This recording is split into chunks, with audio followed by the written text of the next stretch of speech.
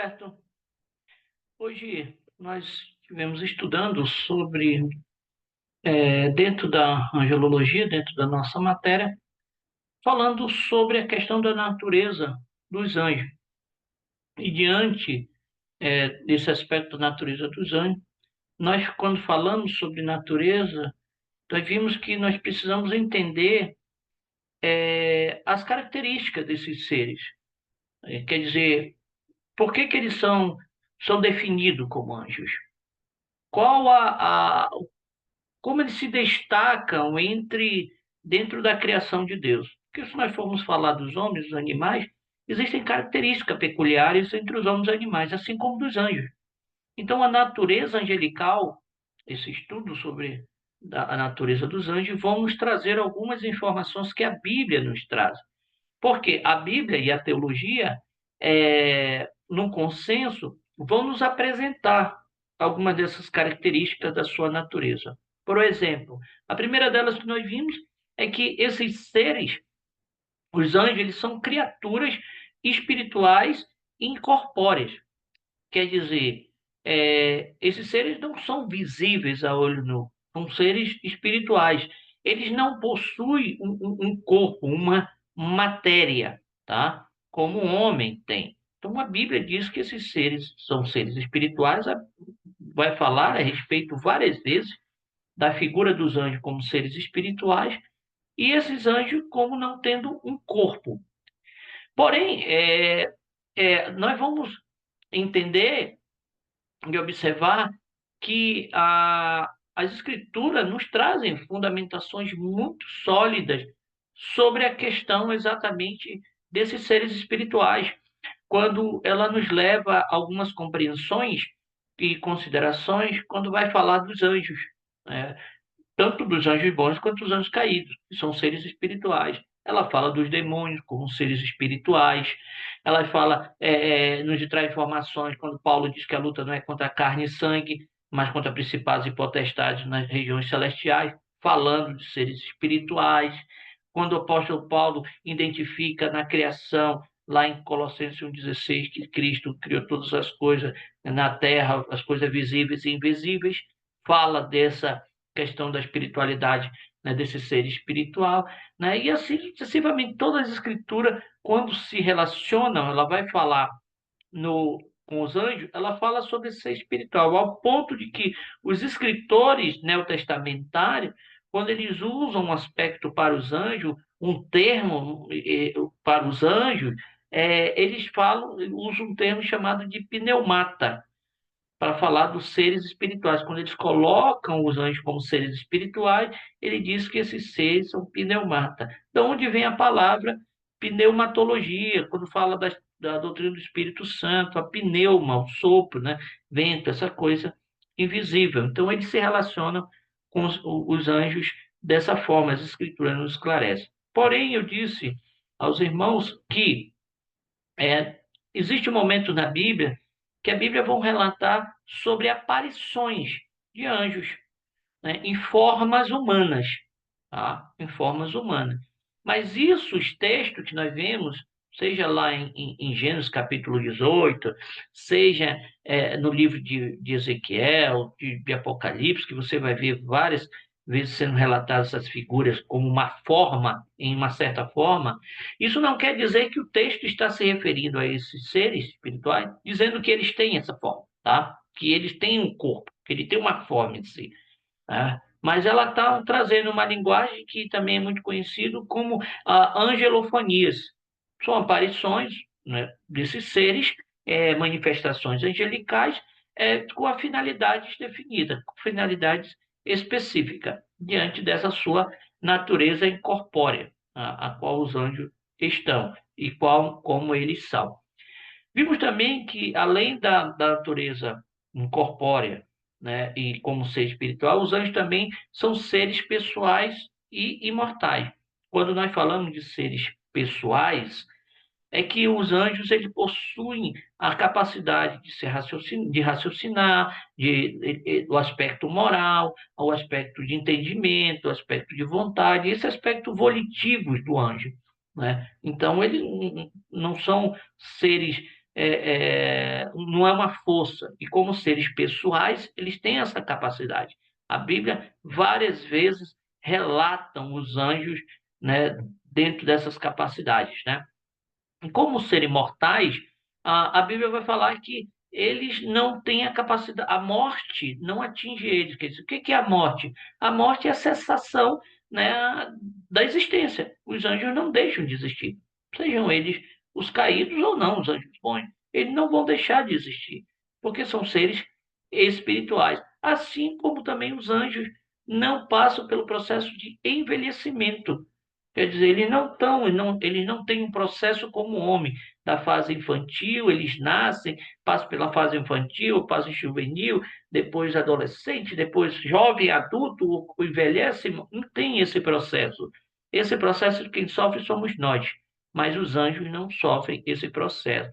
E isso é muito interessante, eu disse aos irmãos, porque isso nos traz a razão e nos mostra como os homens, como nós, depois de redimidos, nós iremos ser glorificados, no corpo glorificado, e o texto, as escrituras, o texto sagrado diz que nós seremos como os anjos, ro-ângelos, né? Não anjos, mas teremos essa capacidade de não mais morrermos, como as escrituras nos trazem, né? Teremos um corpo glorificado. Vimos também que os anjos são seres dotados de poderes mais do que os homens, com conhecimento maior do que os homens. Porém, nós observamos que esse poder, esse conhecimento, eles estão sob o controle de Deus. Eles estão sob o domínio de Deus, né? Deus é que comanda, eles estão submissos a Deus. E eles não têm a capacidade, eles não têm a onisciência, porque é um atributo exclusivo de Deus, né? Mas eles têm um conhecimento maior do que os homens. E eles são mais poderosos do que os homens. A Bíblia também relata a respeito da sua natureza. Também a Bíblia vai dizer que dentro da natureza dos anjos, eles são incontáveis. Quer dizer, nós não conseguimos, na percepção humana, conseguimos contar. E também que eles possuem uma hierarquia, né? Eles são o que apresenta, parece que há uma hierarquia angelical. Como é que nós vimos isso? A Bíblia fala sobre milhões de milhares, chama ele de exércitos, né, de legiões, fala sobre os demônios também, mas nós não sabemos o quanto. Quer dizer, a Bíblia nos relata sobre que a rebelião de Satanás com seus anjos levou à queda de um terço dos anjos, mas a um terço de quanto? Nós não sabemos. A Bíblia não nos relata isso, né? Um número exato. Mas ela diz que são milhares de milhares e milhões de milhões que existem. E esses anjos nós cremos que foram criados tudo de uma vez, né? No nível só, não tem reprodução, então eles não se reproduziram.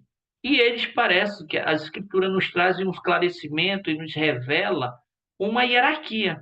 Quando chama anjos pelo nome, como por exemplo o arcanjo Miguel, chama de arcanjo e dá o nome Miguel para esse grupo, né? Nós sabemos se é um anjo só chamado arcanjo ou se são vários anjos arcanjos e um deles é chamado de Miguel, né? Algumas entendimentos, alguns pensamentos místicos, esotéricos, né? Cabalistas, creem que Arcanjo Miguel, porque ele é citado lá em Daniel como príncipe, né? Ali, ele é o líder de toda a legião, né? Dos anjos bons. Mas a Bíblia não diz isso. Nós não temos é, é, argumentos suficientes. Biblicamente, não, tá? Você pode olhar em livros apócrifos, livros pseudocanônicos, né, que falam sobre alguma coisa desse e trazem muita linguagem mística, simbólica, né, que você vai ter alguma coisa a respeito disso. Mas, biblicamente, a Bíblia ela não nos esclarece que se Miguel é um arcanjo, é um líder, esse termo arcanjo. O arcanjo nada mais é o nome quer ser quem é igual a Deus. Não quer dizer que ele é igual a Deus, né? Como alguns entendem que Miguel, no Antigo Testamento, é Jesus Cristo. Então, também temos essa base, é até uma heresia aplicarmos isso. Um outro grupo de anjos que nós podemos ver dentro dessa hierarquia, essa provável hierarquia, é os querubins. Vemos ele lá na parte do Éden, quando o homem é expulso, e aí Deus coloca dois querubins na entrada do jardim com espadas flamejantes, né, revolventes ali, e a ideia que alguns trazem, porque os anjos foram colocados como querubins ali, e nós vamos vê-los também, né, figurados na Arca da Aliança, dois querubins com as asas, uma encostando na outra, olhando para dentro, né, da arca.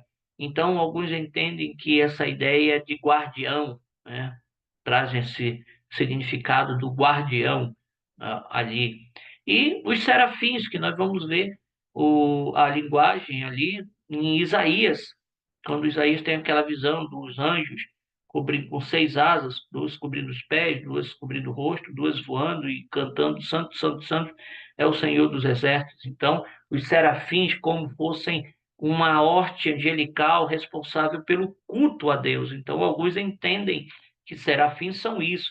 E da onde tiram também até a ideia, né, de que Satanás era um serafim, como Lúcifer, né, usam o nome Lúcifer como sendo esse anjo de luz, um serafim, e outros vão mais além, dizem que Lúcifer era o maestro, o regente da horte celestial. Então, tem esses pensamentos místicos que vão além das escrituras, né? Com relação ao que as escrituras dizem a respeito desses seres.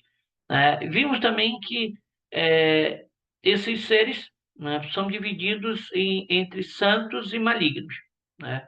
Aí as escrituras nos falam sobre que existe um grupo de anjos que permaneceram, né? Deus criou tudo. Primeiro que nós precisamos entender.